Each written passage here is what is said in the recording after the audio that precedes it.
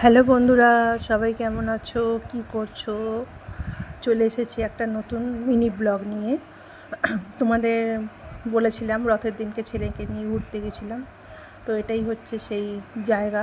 কিন্তু এত বড় ব্লগটা হয়েছে, মানে ব্লগ বলতে এত বড় ভিডিওটা হয়েছে, তোমাদের সবটা আজকে দেখাতে পারছি না, কারণ অনেক কিছুই দেখানোর আছে, তাই কিছু কিছু করে তোমাদের দেখাবো।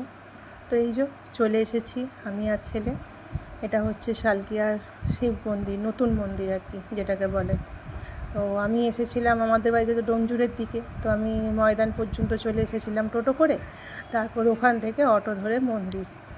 যেহেতু আজকে রথের দিন, তো সেই কারণের জন্য প্রচণ্ড ভিড় হয়েছিল মন্দিরে, মানে বলার মতো না, এতটাই ভিড় হয়েছিল।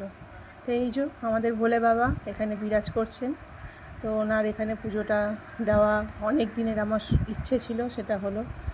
এছাড়াও আরও কিছু দেবদেবী রয়েছেন, অনেকেই এখানে বিরাজমান, যেমন মাতা রানী, গনু ভাই, নারায়ণজি, লক্ষ্মী মা, সবাই রয়েছে এখানে। তো এই যে সবথেকে বড় যেটা আমার দেখার জন্য আকুল হয়ে উঠেছিলাম, সেটা হচ্ছে আমার শিবশম্ভু। তো উনি এখানে এতটাই বড়, মানে বলার মতো নয়, এটাই আমার দেখার ছিল। আর এই যে মন্দিরের চারপাশটা, তো এই শিব মন্দিরের একটা বড় বিশেষত্ব হচ্ছে এই যে মহাদেবকে দেখা যায়, যেটা কন্টিনিউ মাথা থেকে জল পড়ে, গঙ্গা থেকে জলটা আসে এবং গঙ্গাতেই আবার ফিরে যায়।